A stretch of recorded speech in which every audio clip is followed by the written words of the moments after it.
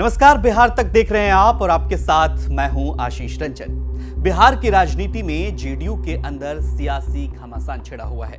मुख्यमंत्री नीतीश कुमार और जेडीयू में अपनी पार्टी विलय करने वाले उपेंद्र कुशवाहा के बीच शहमात का खेल जारी है।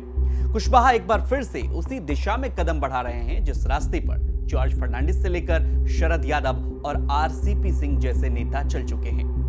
ये सभी नेता कभी नीतीश कुमार के खासम खास हुआ करते थे और पार्टी में नंबर 2 या नंबर 3 की हैसियत रखते थे, लेकिन जेडीयू के साथ छोड़ते ही सियासी तौर पर गुमनाम हो गए। ऐसे में आपको कुछ ऐसे नेता के बारे में बताते हैं जिनका जेडीयू में रुतबा था, लेकिन बाहर जाते ही वो गुमनामी के साए में चले गए। नीतीश कुमार की आदत रही है कि वो अपने दल के साथ जिन लोगों को जोड़ते हैं उन्हें बाहर का रास्ता दिखाने में भी देर नहीं करते। उनके राजनीतिक स्वभाव को लेकर के ये कहा जाता रहा है कि वो जिससे नाराज होते हैं उससे बदला लेने में किसी भी हद तक चले जाते हैं, भले वो पार्टी के राष्ट्रीय अध्यक्ष पद पर ही बैठा व्यक्ति क्यों ना हो। नीतीश कुमार ने जेडीयू के संस्थापक जॉर्ज फर्नांडिस और शरद यादव को भी किनारे लगाने में देर नहीं लगाई थी। शरद जॉर्ज ही नहीं, आरसीपी सिंह से लेकर उपेंद्र कुशवाहा, अली अनवर, जीतन राम मांझी, प्रशांत किशोर तक 10 नेता ऐसे हैं जिन्हें आप देखें तो नीतीश कुमार तब तक उन्हें पालते और बढ़ाते रहे जब तक उनके मर्जी से वो चलते रहे, लेकिन जैसे ही किसी ने पार्टी में खुद को सियासी कद मजबूत करने की कोशिश की, उन्हें बाहर का रास्ता दिखाया गया, बल्कि राजनीतिक तौर पर भी उसे निपटा दिया गया। समाजवादी आंदोलन से निकले जॉर्ज फर्नांडिस के साथ मिलकर नीतीश कुमार ने समता पार्टी का गठन किया था। 2003 में समता पार्टी का जेडीयू में विलय हुआ तो जॉर्ज फर्नांडिस को पार्टी का राष्ट्रीय अध्यक्ष बनाया गया। जॉर्ज उस समय सर्वमान्य नेता थे, लेकिन चलती नीतीश कुमार की ही थी। 2004 में फर्नांडिस ने अपनी नजदीकी जया जेटली को राज्यसभा भेजने की बात कही तो मुख्यमंत्री ने इसे नकार दिया और तब तक 2005 में वे बिहार का मुख्यमंत्री बन चुके थे। सत्ता के सिंहासन पर काबिज होते ही उन्होंने 2006 में जॉर्ज फर्नांडिस की जगह शरद यादव को पार्टी की कमान सौंप दी।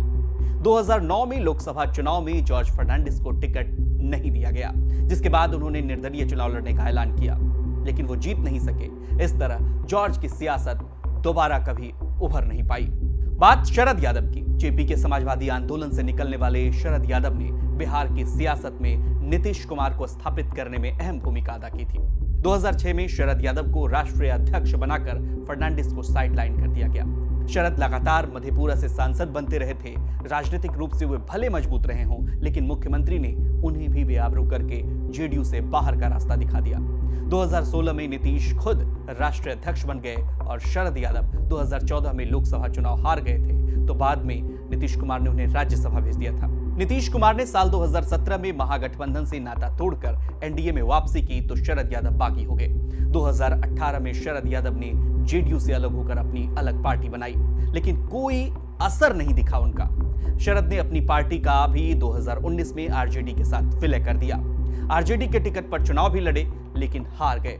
इसके बाद उन्होंने अपने ही मधेपुरा जिले की विधानसभा सीट से अपनी बेटी को कांग्रेस के टिकट पर चुनाव लड़ाया, पर उन्हें भी वो नहीं जिता सके।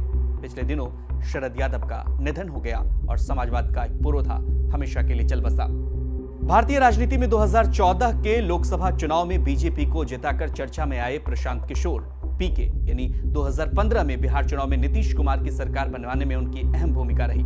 ऐसे में नीतीश कुमार ने पीके को मंत्री का दर्जा दिया और जेडीयू का राष्ट्रीय उपाध्यक्ष बनाकर पार्टी में नंबर 2 की हैसियत दी। जेडीयू में उनकी सियासी तूती बोलने लगी। नीतीश ने उनकी मर्जी से ही पार्टी और सरकार में कई फैसले लिए और काम भी किए, लेकिन कुछ दिनों के बाद दोस्ती में दरार पड़ गई। पीके को जेडीयू छोड़ना पड़ा और उन्होंने बिहार में नई राजनीतिक विकल्प तैयार करने का अब बिड़ा उठाया है। इन दिनों प्रशांत किशोर बिहार में यात्रा कर रहे हैं, जनसुराज यात्रा, और इस यात्रा के दौरान नीतीश सरकार के खिलाफ वो माहौल बना रहे हैं, लेकिन पीके की यात्रा से नीतीश कुमार पर सियासी प्रभाव पड़ता नजर नहीं आ रहा है। आरसीपी सिंह की बात करें तो आरसीपी सिंह ने नौकरशाही के रास्ते नीतीश कुमार के भरोसे सियासत में एंट्री की थी। आरसीपी सिंह और नीतीश कुमार एक ही जिले नालंदा से हैं और एक ही जाति कुर्मी समुदाय से आते हैं। ऐसे में आरसीपी देखते ही देखते नीतीश कुमार के आंख कान बन गए। 2010 में नीतीश ने उन्हें राज्यसभा भेजा। 2016 में वे पार्टी की ओर से दोबारा राज्यसभा पहुंचे और शरद यादव की जगह राज्यसभा में पार्टी के नेता मनोनीत किए गए। इसके बाद जेडीयू की कमान भी आरसीपी सिंह को सौंप दी गई, लेकिन वह दिल्ली की सियासत में खुद को मजबूत करने में जुट गए। बात उपेंद्र कुशवाहा की। उपेंद्र कुशवाहा एक समय नीतीश कुमार के सबसे करीबी नेताओं में से रहे। नीतीश कुशवाहा ने मिलकर बिहार की सियासत में लव कुश का फॉर्मूला तैयार किया। उपेंद्र कुशवाहा ने जैसे ही तेवर दिखाए तो 2007 में नीतीश ने उन्हें पार्टी से बाहर का रास्ता दिखा दिया। 2009 में जेडीयू में वो फिर से लौटे, लेकिन 2013 में अलग होकर अपनी पार्टी बना ली। कुशवाहा ने ऐसे में पार्टी बनाकर बीजेपी से चुनाव लड़ा और केंद्र में मंत्री बने, लेकिन 2019 के लोकसभा चुनाव में 2 सीट से लड़े और दोनों सीट पर उन्हें हार का सामना करना पड़ा। 2020 के चुनाव में कुशवाहा की पार्टी का खाता भी नहीं खुल सका, जिसके बाद नीतीश के साथ वे फिर से आ गए। ऐसे में एक बार फिर से अब वो बागी होते दिख रहे हैं। जीतन राम मांझी ने अपनी राजनीतिक यात्रा की शुरुआत तो कांग्रेस से की थी, लेकिन सियासी पहचान उन्हें जेडीयू से मिली। नीतीश कुमार ने उन्हें अपनी जगह बिहार की सत्ता सौंप दी, लेकिन जब मांझी ने खुद को मजबूत किया तो उन्हें भी नीतीश कुमार ने हटाने में देर नहीं की। मांझी ने 2015 के चुनाव में अपनी पार्टी बनाकर एनडीए के साथ चुनाव लड़ा, पर जीत नहीं सके। इसके बाद 2020 में नीतीश कुमार के साथ गठबंधन कर लिया।